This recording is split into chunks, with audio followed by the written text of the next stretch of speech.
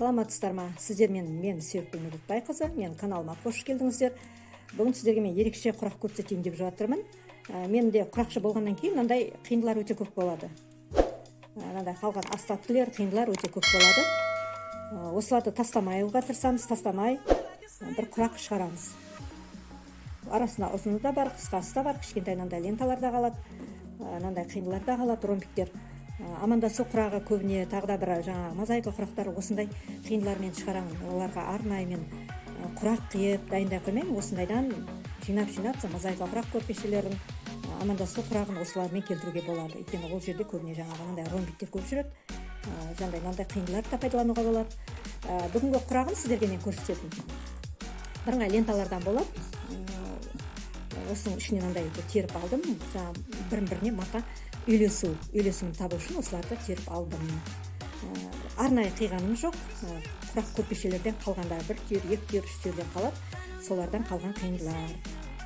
Менің каналыма тіркеліп, лайк басып, комментарий қалдырып кетіңіздер, немесе ұнамаса дизлайк қойып кетіңіздер. Сіздер үшін сіздердің әрбір жазған комментарийларыңыз мен үшін маңызды. Келешекте мен қалай түсіруім керек, қандай видео түсіруім керек, сол үшін маған өте маңызды болады. Енді мынаны мен қазір сіздерге көрсетемін, қандай құрақ қалай қию керек екен. Ол үшін мен мынандай төртбұрышты мата алдым. Енді бұның матаның мен размерін өлшеген жоғым. Мына қанша лента ұзындығымен тігем, осы лентаны просто квадрат қылып алдым. Етіп өлшеп квадраттың бұрышын келтіріп алдым да, қиып алдым. Осыдан мен мына ленталарды ұзынан қойып, алдыңғы видеоларымды көрсеңіздер, мен шешен құрақ деген видео бар.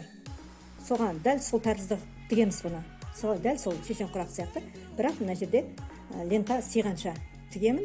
Сосын мен сіздерге әр қарай қалай болатын көрсетемін. Осы бір лентаның ұзындығымен қия отырып, төрт құрақ шығаруға болады. Әртүрлі мозаика құрақтарды да осымен келтіруге болады.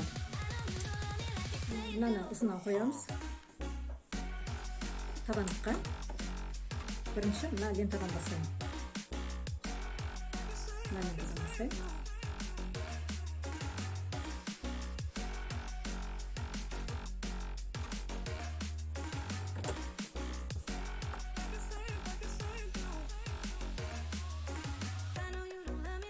Түгін төмен қаратасыздар. Қандай лента болсын, қандай құрақ болсын, түгі төмен қарап Оны білесіздер. Мен каналына тіркелген кісілер болса білесіздер. Алдыңғы видеода көрсеткен болатын. Шетін бір тігіп алайық. Бірінші былай бастаймын. Енді осыған мен мына лентаны саламын. Бұнда түгі төмен қарап тұру керек.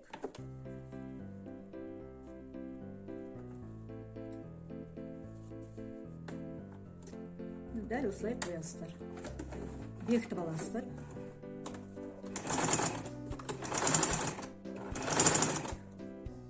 Лапканың, егер лапкаларыңыз жіңішке болса, лапканың бойымен тігесіздер. Ал лапкасы жуан кісілер болса, сәл ішке қарай жүресіздер. 1 миллиметрдей ішке қарай жүресіздер. 1-2 миллиметрдей. Мен де мына жерде лакпен боялған жер бар. Дәл соның тұсымен алып отырамын.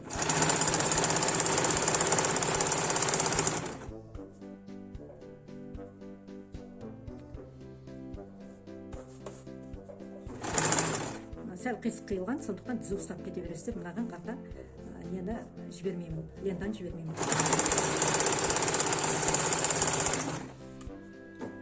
Арасынан қиылған.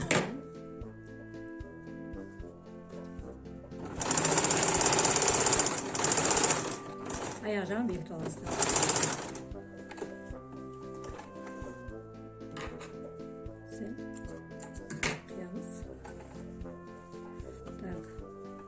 Артық жіптерді алып тастап отырасыздар, әйтпесе тіккен кезде кедергі болады.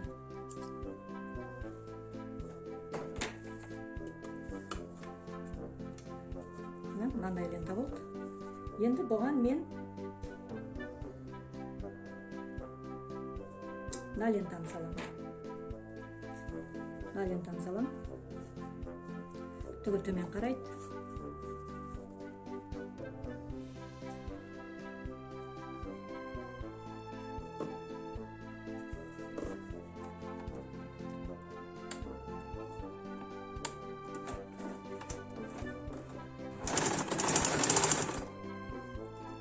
бүйтіп тартып отырасыздар, өйткені құрақ бүрісіп қалуы мүмкін.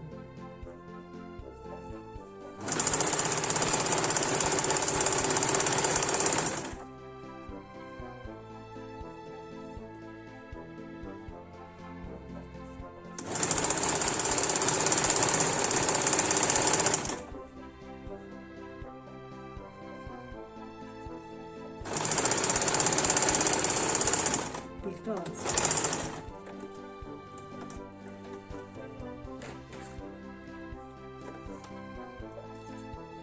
Мына жерін қиюды ұмытып кетіппін, былай қиып аласыздар. Осылай аяғына дейін тігіп кете бересіздер. Артық әр тіккен сайын артық жіптеріңізді қиып отырасыздар. Екі шетін бекітіп отырасыздар, алдыға артқа бір тігіп өтесіздер, әйтпесе сөгіліп кетуі ықтимал. Осыны аяғына дейін тігіп өтесіздер. Дәл осы тәрізді тігіп өтесіздер. Қазір енді мен 4-ші лентаны салайын. Мына лента.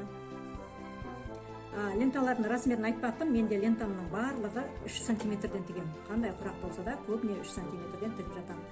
Ол мейлі размері 12 болсын, размері 12-12 болсын, 20-да 20 болсын.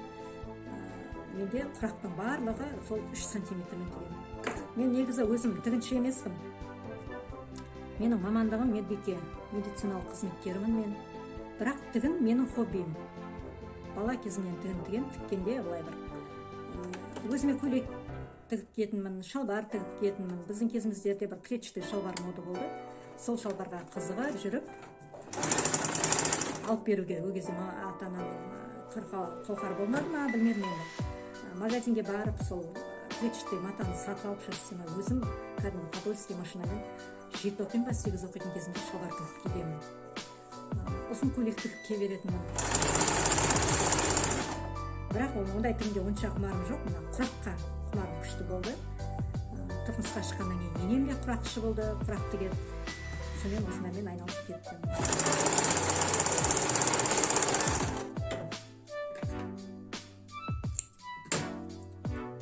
Ол тігінші болу не обязательно. Осылай любитель болсаңыз, өзіңіз құраққа тігінге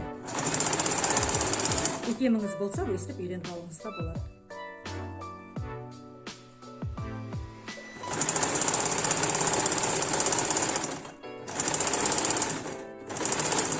Одно другому не мешает дейді ғой. Мысалы, қыз жасауын, қыздарыңыз кетіп жатса, қыз жасауын өзіңіз тігесіз. Бесікті өзіңіз үйреніп алып тігуіңізге болады. Қазір YouTube арнасында бүткіл нәрсені үйренуге болады.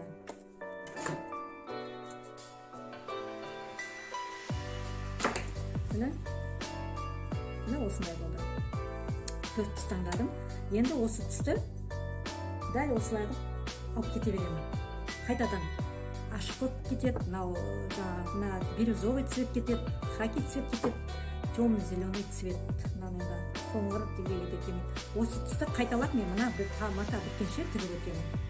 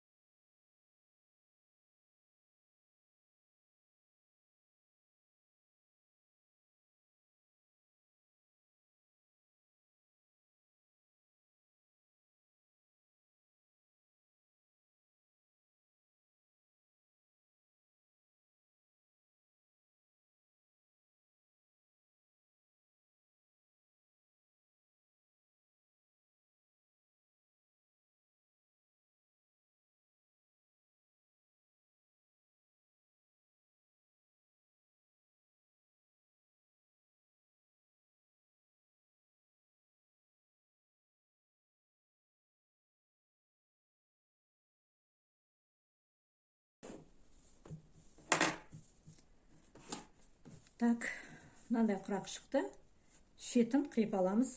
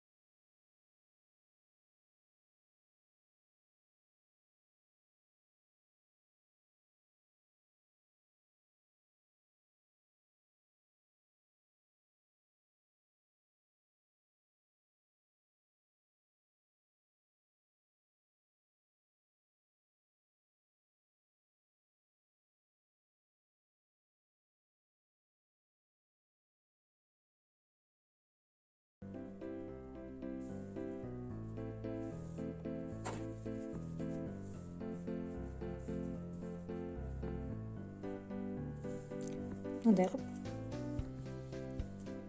ұзын қып қоюларыңызға да болады.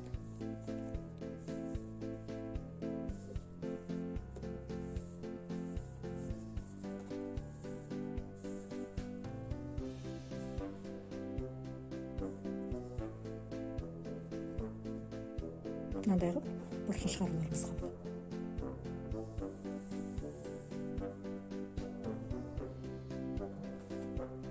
Мынандай құрақ келтірулеріңізге болады. Ортасына немесе оюдан саласыздар. Осылай түр-түрмен қоюға бола береді. Мына жектерінің мына төрт бұрышты бір құрақтың төртке бөліп бұрышын келтіруге болады осындай. Бұл енді мен көбіне осындай нелерді қиындыларды қайғылдыңғы видеода айтып өткен болатынмын. Осындай қалған ленталардан, қиындылардан мен көбіне мынандай ковшик, кішкентай столға, орындыққа, жұмыс орындығына, көлікке, автомобильге сондайға тігемін, өйткені сондайға кейде заказ түседі. Сол кезде осындайға келтіріп қиындылардың бәрін пайдаға асырып сөйтіп жіберемін. Осыларды да мысалы мынандай қалдықтарды, мысалы мынау бір құрақтан қалған жастықтардан, құрақтардан қалған қиындылар, соларды өйстіп ортасына келтіріп мен жандай пайдаға асырып жіберемін. Мынау да келеді осы оюдың түсіне. Осы да келеді. міне осылай жұмыс жасай берулеріңізге болады.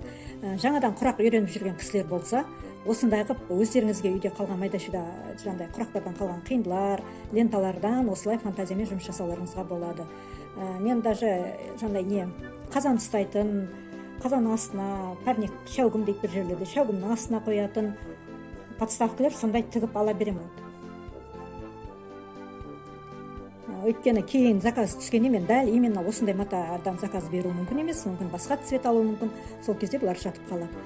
Әрине басқа құрақтар цвет сәйкес келіп жатса пайдаланып жібересің, бірақ осындай қылып әдемі құрақ шығаруға болады.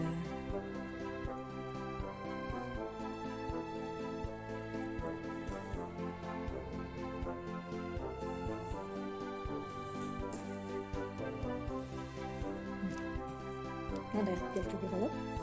Түр құрақтар жасауға болады. Мозаика неше түрлісін жасауға болады. Енді ол өздеріңіздің фантазияларыңызға қарай жасайсыздар. Әртүрлі қылып тігуге болады.